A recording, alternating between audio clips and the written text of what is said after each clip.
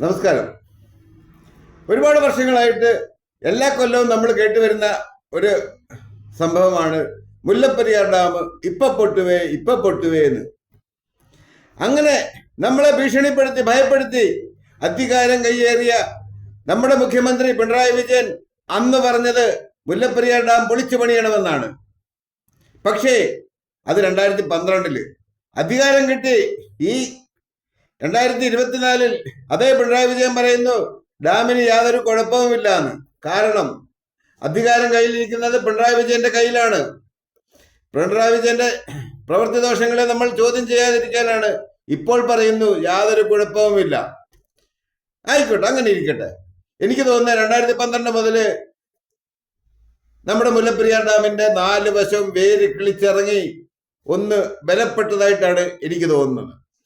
ആയിരിക്കാം, അതുകൊണ്ടായിരിക്കാമല്ലോ നമ്മുടെ പിണറായി വിജയൻ ഇന്ന് പറയുന്നു യാതൊരു കുഴപ്പവുമില്ല, ജനങ്ങൾ സുരക്ഷിതരാണെന്ന്. അത് നമുക്കത് നമ്മുടെ ചർച്ചാ വിഷയമൊന്നുമല്ല. നമുക്കൊന്ന് പരിശോധിക്കാം എന്താണ് ഈ മുല്ലപ്പെരിയാർ ഡാമിന്റെ അവസ്ഥ എന്നുള്ളത്.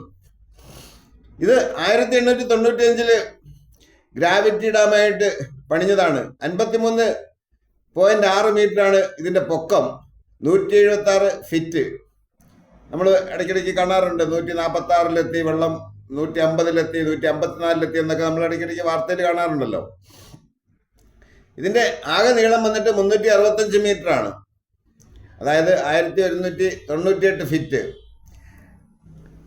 നമ്മുടെ ഡാമിൽ ഒരു ശരാശരി 52 മീറ്റർ വെള്ളം നിറച്ചാൽ അതിനകത്ത് ഉണ്ടാകാവുന്ന പ്രഷർ, ഈ വെള്ളത്തിന്റെ തള്ള് എത്രയാണെന്ന് നമുക്ക് നോക്കാം. പിണറായി വിജയന്റെ തള്ളോ എൻ്റെ തള്ളോ അല്ലേ, വെള്ളത്തിന്റെ തള്ളാണ് ഞാൻ ഉദ്ദേശിച്ചത്. അത് ഏകദേശം വന്നിട്ട് 650 മുതൽ 700 kPa എന്ന് പറയും. ഈ KPA ഒക്കെ നമുക്ക് പിന്നീട് ചർച്ച ചെയ്യാം എന്താണ് KPA എന്ന്. അപ്പൊ അങ്ങനെ വന്നു കഴിഞ്ഞാൽ ഒരു ഭൂമി വലിക്കമോ അല്ലെങ്കിൽ മഴയുടെ ആധിക്യം മൂലം ഉണ്ടാകുന്ന ഒരു ഫ്ലൂഡോ അങ്ങനെ എന്തെങ്കിലും സംഭവിച്ചു കഴിഞ്ഞാൽ ഈ തള്ള് 1000 മുതൽ 1500 kPa വരെ ഉയരാം. KPA എന്ന് പറഞ്ഞു കഴിഞ്ഞാൽ കിലോ പാസ്കൽസ് എന്ന് പറയും. അത് നമ്മൾ ടണ്ണിലേക്ക് മാറ്റം വരുത്തിയാൽ 675 kPa എന്ന് പറഞ്ഞാൽ ഏകദേശം 3,61,35,000 ന്യൂട്ടൺ ആണ്. അതൊക്കെ ഫിസിക്സ് പഠിക്കുന്നവർ പഠിക്കേണ്ട കാര്യങ്ങളാണ്, അല്ലെ എഞ്ചിനീയേഴ്സ് പഠിക്കേണ്ട കാര്യങ്ങളാണ്. അതുകൊണ്ട് ഞാൻ അതൊന്നും വിശദീകരിക്കുന്നില്ല. എന്താണ് ന്യൂട്ടൺ, എന്താണ് പിന്നെ പാസ്കൽസ്, പിന്നെ എന്താണ് KPA, ഇതൊന്നും അത്ര വിശദമായിട്ട് ഞാൻ പറയുന്നില്ല, വെറുതെ നമ്മുടെ സമയം കളയണ്ട. ഒപ്പം തന്നെ ഒരു ഭൂമി കുലുക്കവോ അല്ലെങ്കിൽ ഫ്ലൂഡോ അല്ലെങ്കിൽ ഇതുപോലെ നമ്മുടെ വയനാട് ദുരന്തം നടന്ന മാതിരി ഒരു മലയിടിച്ചിലോ വല്ലതും ഉണ്ടാകുകയാണെങ്കിൽ അത് 3685 ടണ്ണ് വരെ ഉയരാം. അപ്പം അങ്ങനെ സംഭവിച്ചാൽ ഭൂമിയുടെ തള്ള്, എനിക്ക് തെറ്റിയതാണ്, 675 kPa ആണെങ്കിലാണ് 3685 ടണ്ണ് വരെ ഇതിന്റെ തള്ള് ശക്തി ഉണ്ടാകുന്നത്. അതേസമയം ഈ പറഞ്ഞ ഭൂമി കുലുക്കമോ ഫ്ലൂഡോ എന്തെങ്കിലും ഉണ്ടായിട്ടാണ് ഡാമിന് ഡാമേജ് വരുന്നതെങ്കിൽ അത് 8200 ടണ്ണ് വരെ ഉയരാം. എന്ന് പറഞ്ഞു കഴിഞ്ഞാൽ ന്യൂട്ടണിൽ അളന്നു കഴിഞ്ഞാൽ നമ്മൾ 8,04,00,000 വരെ ശക്തി ഉയരാം.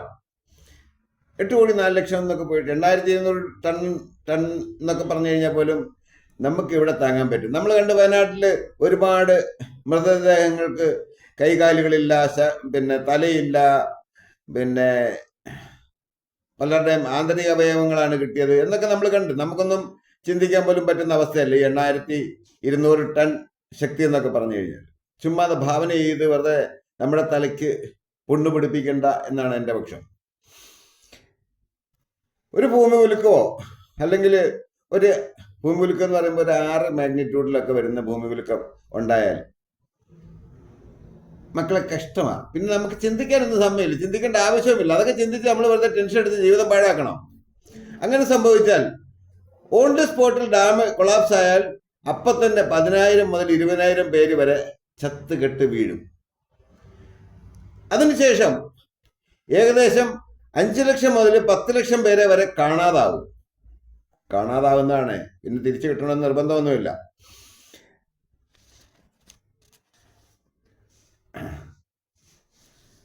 അത് കഴിഞ്ഞാൽ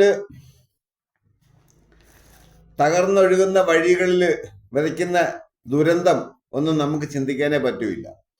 പിന്നീട് ദുരന്തമൊക്കെ ഉണ്ടായതിനു ശേഷം ഏകദേശം 10,000 മുതൽ 20,000 പേരെങ്കിലും മരിച്ചു വീഴും. അസുഖങ്ങൾ, മറ്റ് പട്ടിണിയും ദുരിതവും വീടില്ലായ്മയും ഒക്കെ കൊണ്ട് അത്രയും പേര് പിന്നെയും മരിച്ചു വീഴാൻ സാധ്യത കിടക്കുകയാണ്.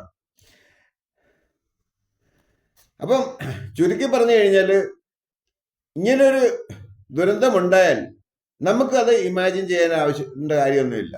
ഒന്നും ചെയ്യാതിരിക്കുക നല്ലത്. ചാകാൻ റെഡിയാകുക. 1500 മുതൽ 2500 സ്ക്വയർ കിലോമീറ്റർ വെള്ളം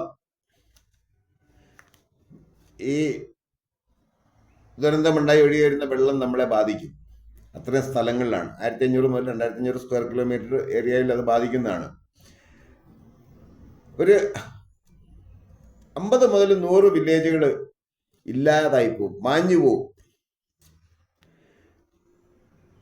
അത് ഒരു പക്ഷേ പൂർണ്ണമായും തന്നെ 20,000 മുതൽ 50,000 വരെ വീടുകൾ നഷ്ടപ്പെടും. പിന്നെ വരുന്ന നഷ്ടകഷ്ടങ്ങളെ പറ്റിയിട്ട് നമ്മൾ പറഞ്ഞു കഴിഞ്ഞാൽ റോഡ്, ബ്രിഡ്ജ്, ബിൽഡിങ്ങുകൾ തകർന്ന് നമുക്കൊരു 10,000 മുതൽ 20,000 കോടിയുടെ ഓൺ ദി സ്പോട്ട് ഡാമേജ് നമുക്ക് കൺഫേം ചെയ്യാൻ കഴിയും. അത് കഴിഞ്ഞാൽ അവിടെ കൊണ്ട് തീരില്ല. അപ്പൊ ഏകദേശം ഒരു ആകെ മൊത്തം നമ്മുടെ നഷ്ടം അന്നേരം വരാവുന്നത് 50,000 കോടി മുതൽ 1,00,000 കോടി വരെ നമുക്ക് നഷ്ടമുണ്ടാകും. അവിടെയും തീരുന്നില്ല. പിന്നീട് നമുക്ക് കൃഷി നഷ്ടം, ഭൂമി നഷ്ടം, ഇതുമായിട്ട് ബന്ധപ്പെട്ട് മറ്റ് ഇൻഡസ്ട്രികളുടെ നഷ്ടങ്ങൾ എല്ലാം കൂടെ കണക്കെടുത്ത് കഴിഞ്ഞാൽ ഏകദേശം 1,00,000 കോടി മുതൽ 2,00,000 കോടി വരെ നമ്മൾ നേരിടേണ്ടി വരും. ചുരുക്കി പറഞ്ഞാൽ മുല്ലപ്പെരിയാർ ഡാം തകർന്നാൽ 1,50,000 കോടി മുതൽ ഒരു 3,00,000 കോടി വരെ നഷ്ടമുണ്ടാകും എന്നാണ് ഒരു ഏകദേശ കണക്ക്. ഞാൻ ചില ഏകദേശ കണക്കുകൾ വെച്ച് കാൽക്കുലേറ്റ് ചെയ്തെടുത്തൊരു കണക്കാണ് ഞാൻ നിങ്ങളോട് പറഞ്ഞത്. അപ്പൊ ഇതാണ് മുല്ലപ്പെരിയാറിന്റെ അവസ്ഥ. അപ്പൊ നമ്മൾ ചിന്തിക്കേണ്ട ചില കാര്യങ്ങളുണ്ട്. അത് ഞാൻ എടുത്തു പറയുകയാണ്. ഒന്ന്, ഈ ഡാം പണിതത് സായിപ്പന്മാരാണ്. നല്ല തന്തയ്ക്ക് പറഞ്ഞവന്മാരാണ് സായിപ്പന്മാർ. ഇവർ ഇതിനകത്തൊന്നും കക്കാനും മോട്ടിക്കാനും ഒന്നും പോയിട്ടില്ല. അതുകൊണ്ട് നമുക്കത് വിശ്വസിക്കാം, ഡാമിന് തകർച്ച ഉണ്ടാകില്ല. പക്ഷെ അത് പൊളിച്ചു കളഞ്ഞിട്ട് നമ്മളുടെ ഇന്നത്തെ വ്യവസ്ഥയിൽ നമ്മളുടെ LDF സർക്കാരോ ഇനിയും വരാൻ പോകുന്ന UDF സർക്കാരോ ഭരിക്കുമ്പോഴാണ് ഈ ഡാം പുതുക്കി പണിയുന്നതെന്നുണ്ടെങ്കിൽ മക്കളെ, പിന്നാണ് നമ്മൾ ചിന്തിക്കേണ്ടതും പേടിക്കേണ്ടതും. ഇപ്പൊ അത്രയ്ക്കധികം പേടിക്കാനൊന്നുമില്ല. കാര്യം ഇത് നല്ല തന്തയ്ക്ക് പറഞ്ഞ സായിപ്പന്മാരുണ്ടാക്കിയതായതുകൊണ്ട്. പക്ഷേ നമ്മൾ പണിയാൻ തുടങ്ങി കഴിഞ്ഞു കഴിഞ്ഞാൽ ആകെ മൊത്തം അഴിമതിയും, ആ പണിയുന്ന എന്ന് വെള്ളം നിറയ്ക്കുന്ന അന്ന് മുതൽ അവിടെ മുതൽ അങ്ങ് ഇട്ടാവട്ടത്തിൽ ഒരു മനുഷ്യന് സ്വസ്ഥമായിട്ട് ഉറങ്ങാൻ പറ്റാത്ത സാഹചര്യമാകും എന്നുള്ള കാര്യം നിങ്ങൾ തിരിച്ചറിയണം. അതുകൊണ്ട് ഡാം പൊളിച്ചു പണിയുന്നതിനെ പറ്റി നിങ്ങൾ ചിന്തിക്കരുത്, ചിന്തിക്കാൻ പാടില്ല എന്നാണ് എൻ്റെ ഒരു അപേക്ഷ. പിന്നെ ഒരു പോംവഴി, ഇനിയും ഇത് സംഭവിക്കാതിരിക്കാൻ വേണ്ടി, ഈ പറഞ്ഞ കണക്കുകളും പ്രകാരമുള്ള മരണങ്ങളും സമ്പത്ത് നഷ്ടങ്ങളും ഒന്നും ഉണ്ടാകാതിരിക്കാൻ വേണ്ടി ഞാൻ ആലോചിച്ചപ്പോൾ ഉള്ള ഒരു ഏക മാർഗം എന്ന് പറഞ്ഞു കഴിഞ്ഞാൽ ഇത് കംപ്ലീറ്റ് ആയിട്ട് ഡീകമ്മീഷൻ ചെയ്ത് കളയുക. ഈ മാങ്ങാത്തലി നമുക്ക് വേണ്ടാന്ന് കരുതുക. അപ്പൊ പിന്നെ ഒരു പ്രശ്നമുണ്ട്, തമിഴ്നാടിന് വെള്ളം കൊടുക്കണം. ഈ തമിഴ്നാടിന് വെള്ളം കൊടുക്കണം എന്ന് പറയുമ്പം അതിനകത്ത് ഇച്ചിരി വശപ്പശകുണ്ട്.